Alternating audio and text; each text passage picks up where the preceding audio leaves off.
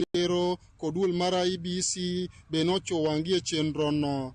Kolo gigo mane otigo e ombulu mar kom gavana ma Homa Bay yiero ma okalo en kaluwore kod chik mane ogol gi jang'ad buche doho ma Homa Bay mawinjo burano Justice Roslyn Burili bang' kane osegolo chik ne duol mar IEBC mondo tere e nyim doho gigo mane otigo e luto ombulu kama oting'o diary mag tesende mag luto ombulu, SD cards kod masinde mane otigo e yango nonro mag joluto ombulu.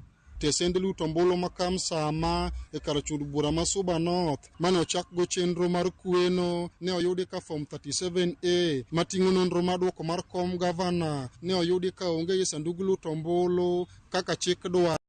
Tesend luto ombulu no Evans Kidero ne oyudo ombulu 97, gavana Gladys Wanga ne oyudo ombulu 237 ka Mark Rabudi to ne wuok kod ombulu 2.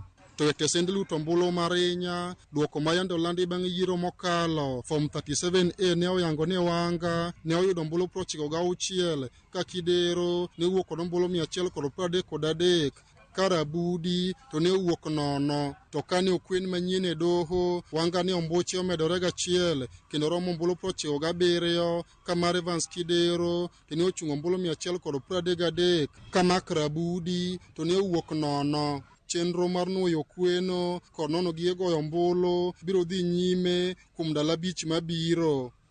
Ali Abich, Ramogi TV, Homa Bay.